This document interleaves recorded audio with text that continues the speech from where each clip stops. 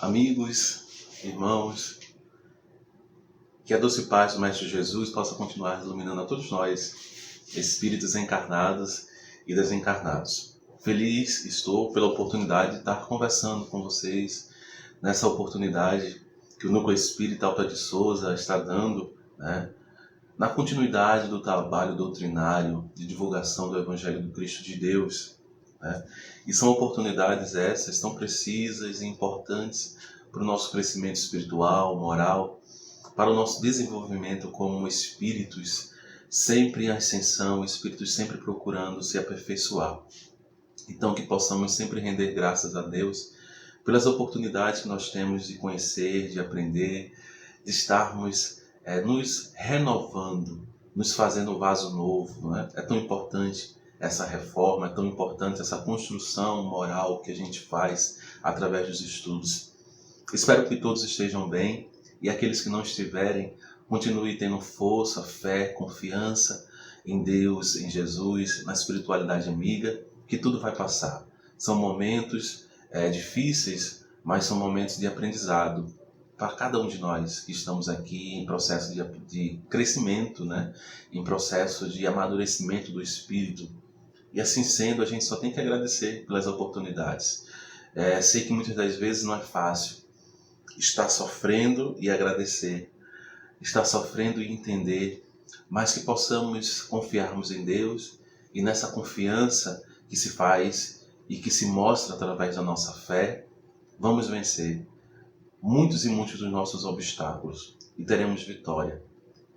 Assim sendo, vamos fazer a nossa prece de início. Vamos cerrar os nossos olhos e vamos elevar o nosso pensamento a Deus, a Jesus, através de uma oração.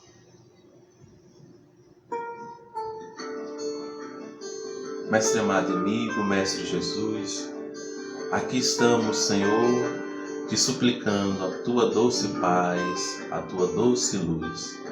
Fica conosco, Senhor Jesus, abençoa-nos, dá-nos a Tua paz, dá-nos a Tua proteção, para que assim sendo, Mestre, possamos caminhar com mais segurança, com mais leveza.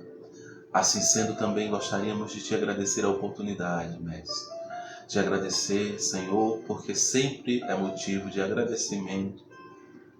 Assim sendo, que a Tua paz, que o Teu amor, que a Tua luz adentre nossos lares, perpasse pelos nossos familiares, iluminando os nossos corações, os nossos espíritos, acalentando a nossa alma e fortalecendo para que possamos, assim sendo, em Teu santo e divino nome, construirmos em nós um ser melhor. Deus continue nos abençoando, nos protegendo, hoje e todo sempre. Assim seja. Assim seja, meus amigos? Assim seja, meus irmãos? Hoje estamos estudando o Evangelho segundo o Espiritismo, no capítulo 23, que vai do item 1 ao item 3. Os itens que nós iremos estudar. E nesse capítulo 23 do Evangelho, nós iremos tratar sobre moral estranha, que está lá em Lucas, capítulo 14, versículo 25. Vocês podem encontrar isso lá em Lucas 14, versículo 25. E vem nos falar o Cristo sobre uma moral estranha. Então, antes de falar sobre o texto de moral estranha, a gente traz uma frase que eu achei conveniente para ser tratada e para ser observada nesse momento e sobre essa lição. É uma frase que fala o seguinte: que conhecimento é saber que tomate é fruta. Conhecimento é saber que tomate é fruta. Sabedoria é saber que não se deve usar tomate na salada de fruta. Então, a gente pega essa referência de que conhecer é saber que tomate é fruta. E muitas pessoas não sabem, pensam que tomate é verdura.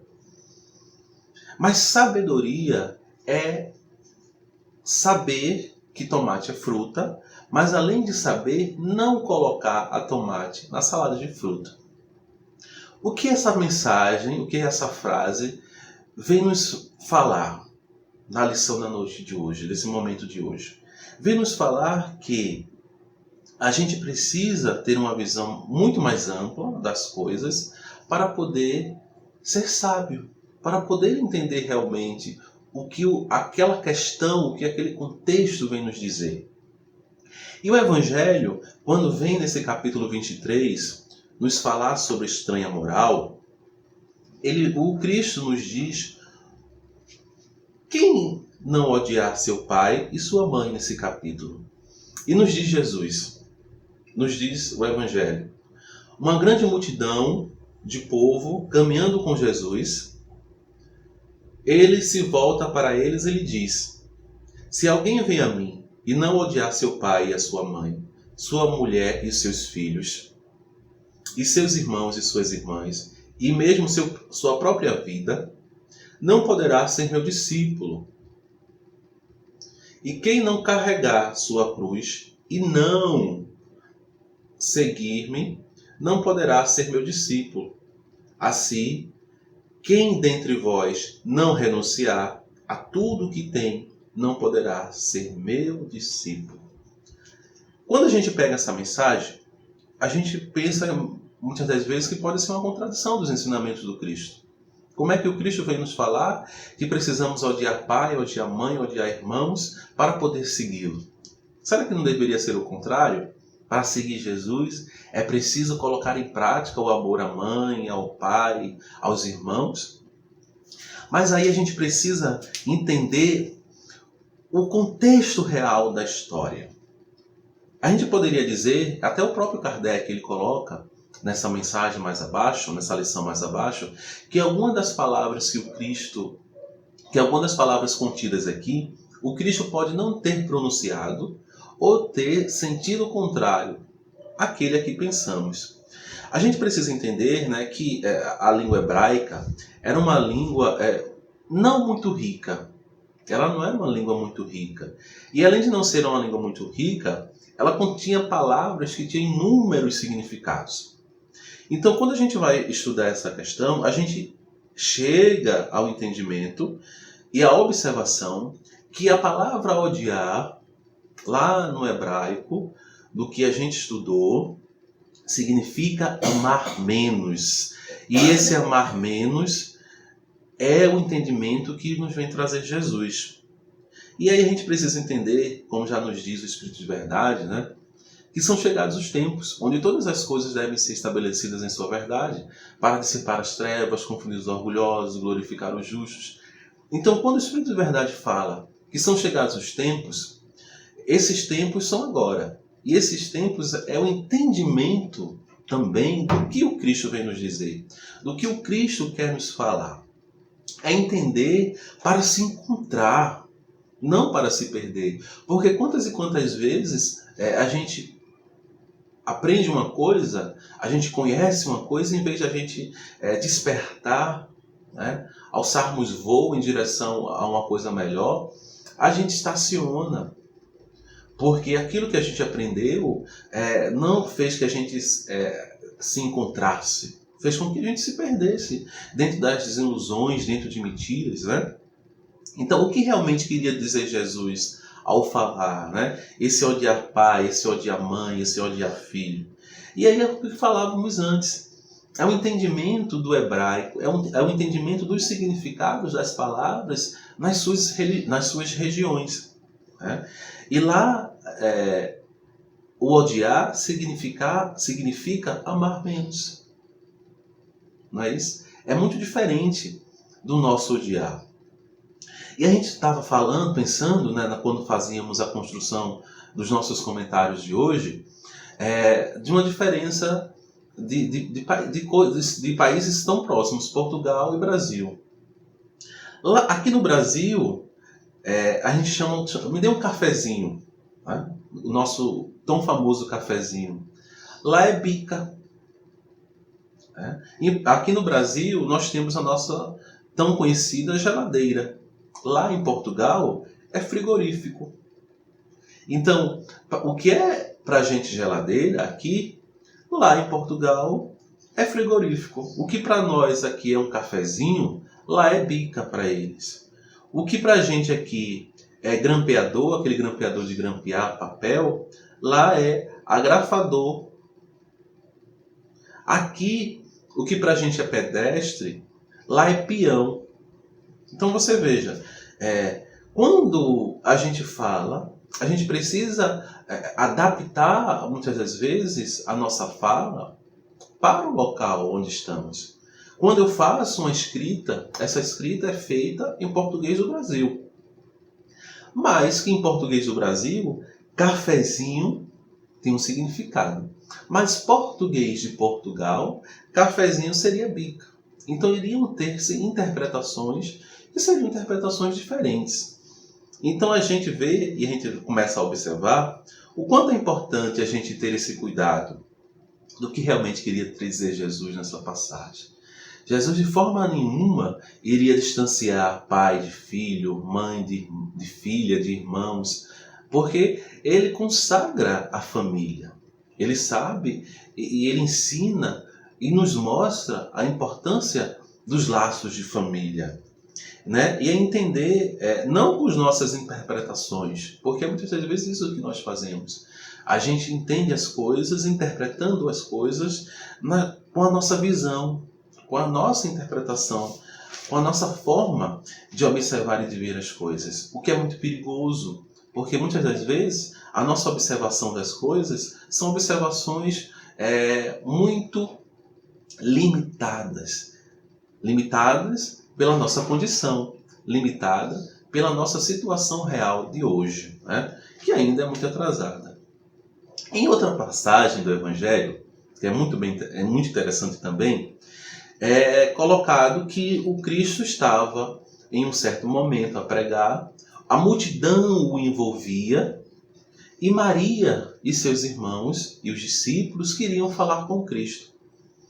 E aquele povo, aquela multidão que fazia com que Maria e os seus irmãos não conseguissem chegar até Jesus, avisa ao Cristo: Mestre, Senhor, teus irmãos e tua mãe querem falar contigo. E nessa passagem é colocado que o Senhor nos diz, que o Senhor diz, né? Quem é minha mãe? Quem são meus irmãos? E quando a gente observa isso, logo de primeiro momento, será que Jesus nega a Maria como mãe? Será que Jesus nega os irmãos? Quando a gente pensa assim, a gente está limitando a condição do Cristo. Porque o Cristo, quando fala isso, quem é minha mãe, quem são meus irmãos, ele vem de uma maneira muito direta e muito coerente dizer assim: a minha mãe, os meus irmãos, a minha família, ela não é limitada, ela não é circunscrita, ela é universal. O Cristo nessa lição, ele vem ampliar, ele vem dar amplitude aos ensinamentos dos laços de família.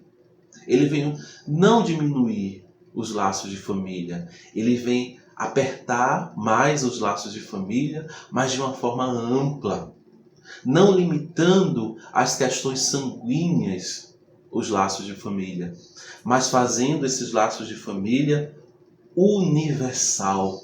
Universal ao ponto de você ver o vizinho, de você ver o amigo, de você ver os outros como família, como pessoa que precisa de você e que vice-versa, porque esses relacionamentos, não só esses, mas todos os relacionamentos, a gente precisa entender que são relacionamentos de via de mão dupla, né? Tanto do dar quanto do receber. É uma troca tão precisa. E aí, para isso, a gente gostaria de trazer para vocês uma passagem do livro O Consolador, que vocês vão encontrar essa passagem na pergunta 305 do livro Consolador. Emmanuel nos traz algumas colocações referentes a esse capítulo do Evangelho segundo o Espiritismo, e nos diz Emmanuel, né, que seria absurdo admitir que o Senhor viesse estabelecer a perturbação no sagrado instituto da família humana, nas suas elevadas expressões afetivas, mas sim que os seus ensinamentos consoladores seriam o fermento divino das opiniões, estabelecendo os movimentos materiais das ideias renovadoras, fazendo luz no íntimo de cada um, pelo esforço próprio para a felicidade de todos os corações. Então, Emmanuel vem de forma muito direta dizer a cada um de nós que seria inadmissível o Cristo de Deus estabelecer uma perturbação na sagrada instituição que é a família humana. Então, Emmanuel ele até pontua que a família é uma questão sagrada, é algo extremamente importante. Mais adiante ele coloca que os ensinamentos do Cristo, né, estabeleceriam movimentos materiais e que seria esses ensinamentos fermento. Que fermento é o que dá liga, fermento é o que faz crescer, fermento é o que faz desenvolver. Então os ensinamentos do Cristo, eles não podem ser contrários a essas colocações, a essa forma de entendimento. Isso nos leva a fazermos uma outra leitura que está lá no capítulo 8 do Evangelho, no item 17.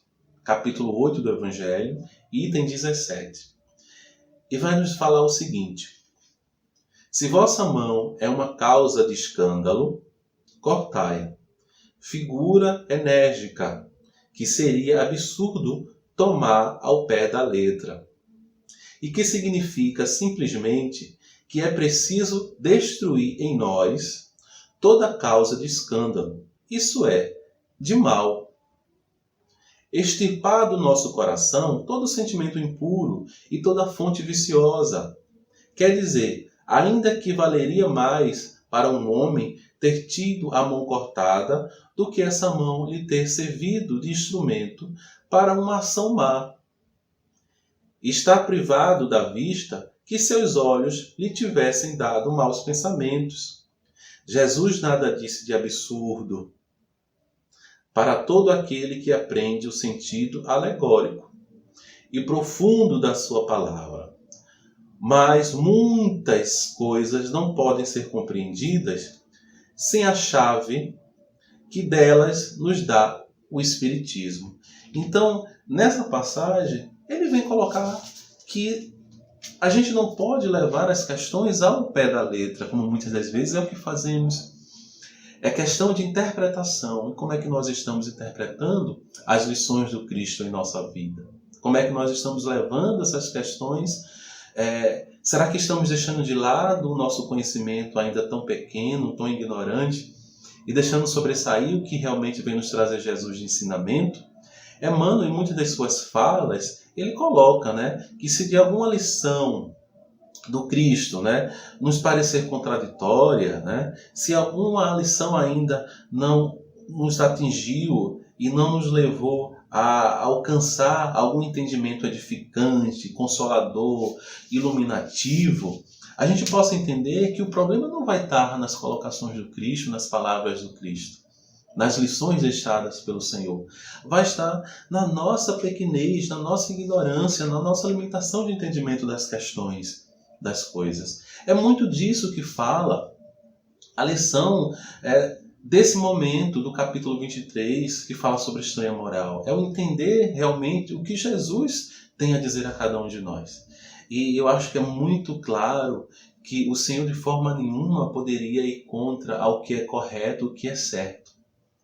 E diante disso, eu gostaria de trazer uma reflexão sobre um poema que eu acho extremamente bonito, da nossa Maria Dolores. Que poema está intitulado Ofensores.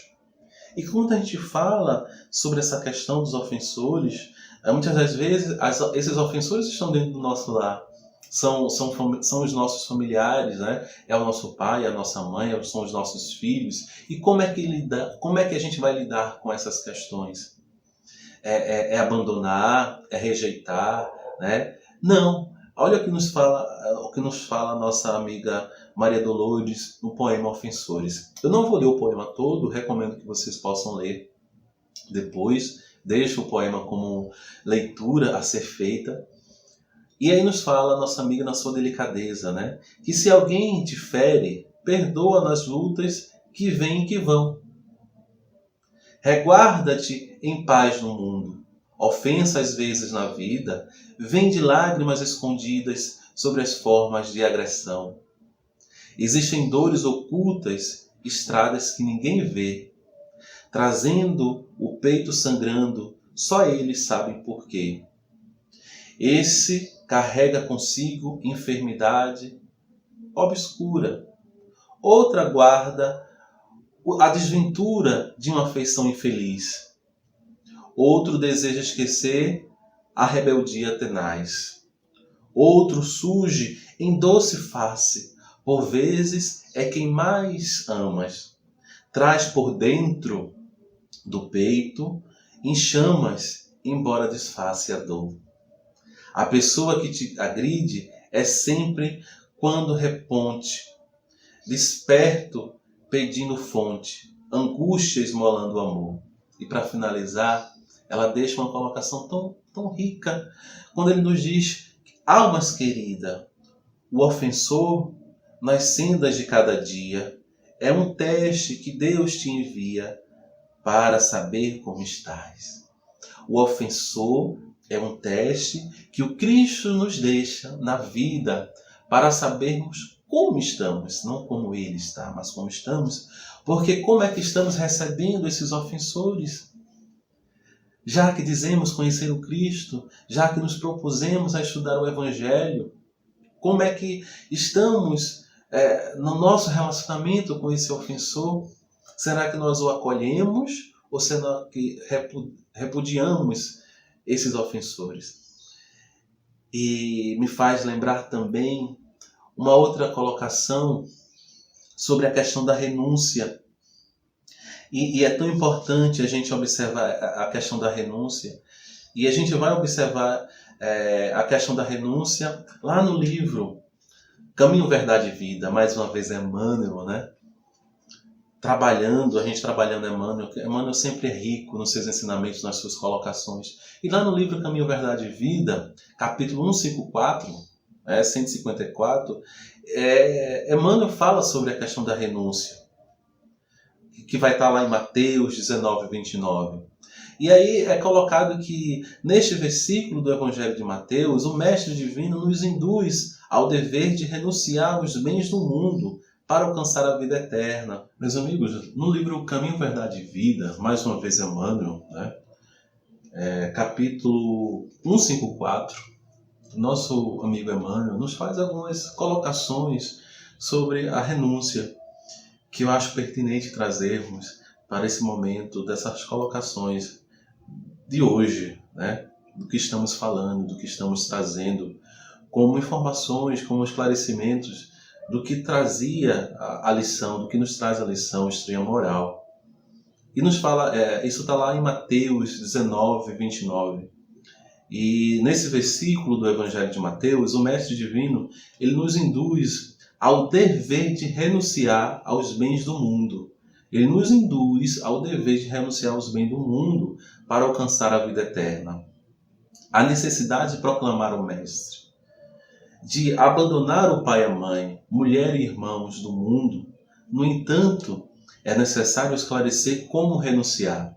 Então ele fala aqui sobre a questão de renunciar pai, mãe, filho, esposa, mas ele quer pontuar como seria essa renúncia, que renúncia seria essa, para que a gente não venha dar interpretações errôneas, e viéssemos a renunciar da nossa forma.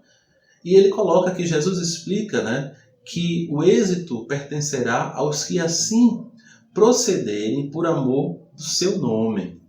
À primeira vista, essa colocação do Cristo parece meio contraditória, mas aí ele vai fazer colocações e observações que são pertinentes e esclarecedoras.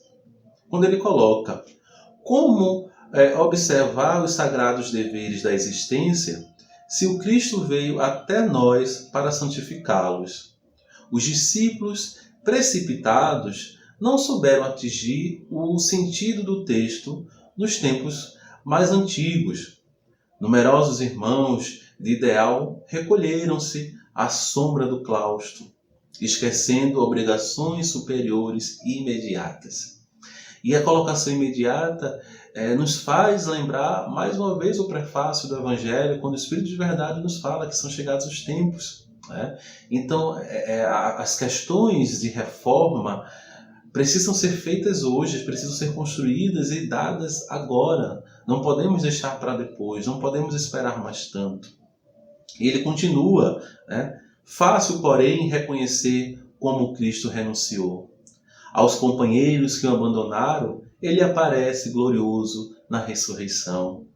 Não obstante as hesitações dos amigos, divide com eles no cenáculo os júbilos eternos. Aos homens ingratos que o crucificaram, oferece o sublime roteiro de salvação, que é o Evangelho.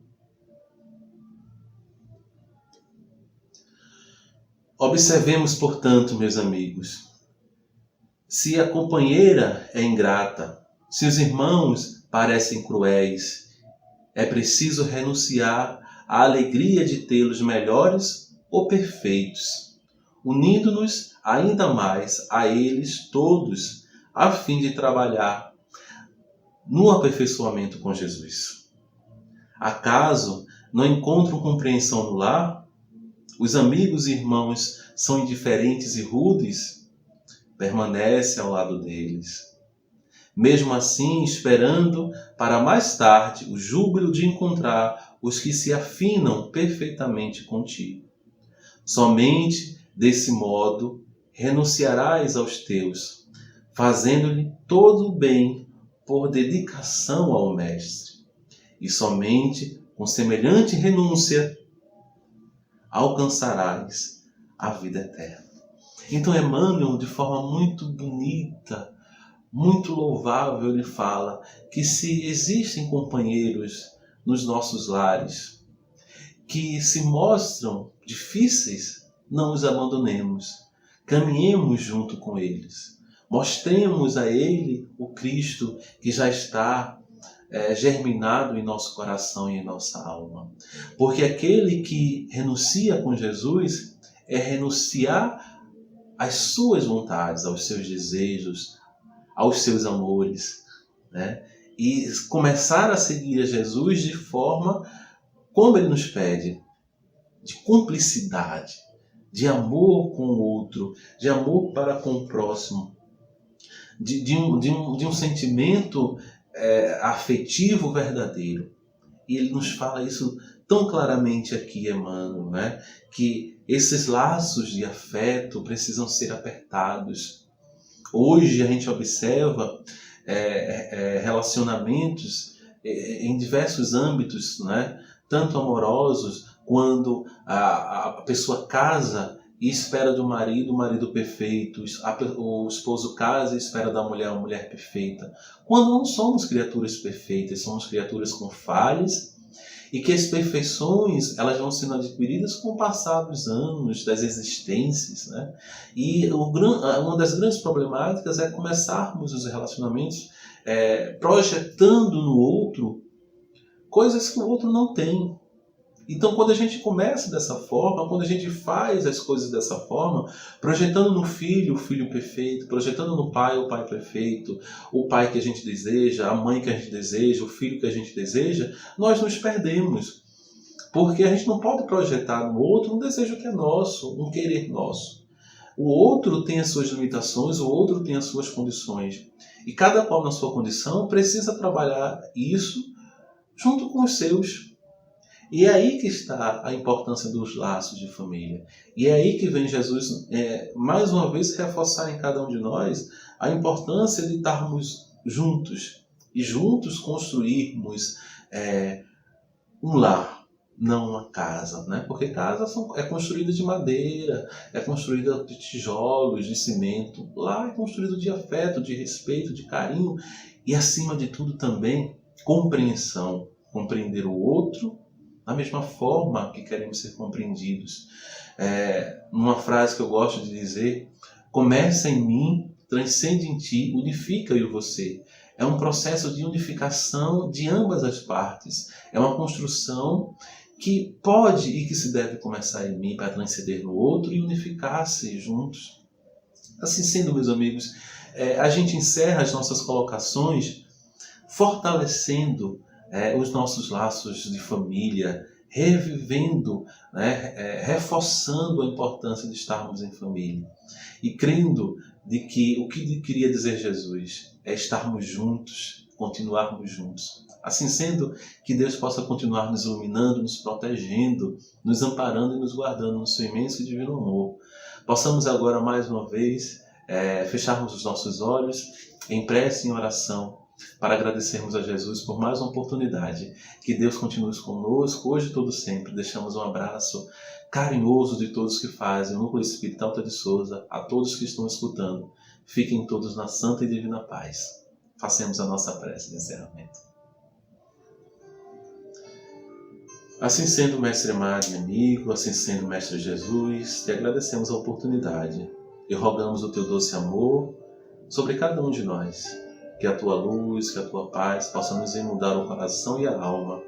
E assim sendo, Mestre amado e amigo, possamos desfrutar das benéficas dos céus, do alto. Assim sendo, perdoa os nossos pecados, nossas quedas, nossas fraquezas e dai-nos força para continuarmos firmes e fortes. Assim sendo, Senhor Jesus, que a tua paz, que o teu amor e que a tua luz nos ilumine e nos guarde, hoje e todo sempre. Assim seja.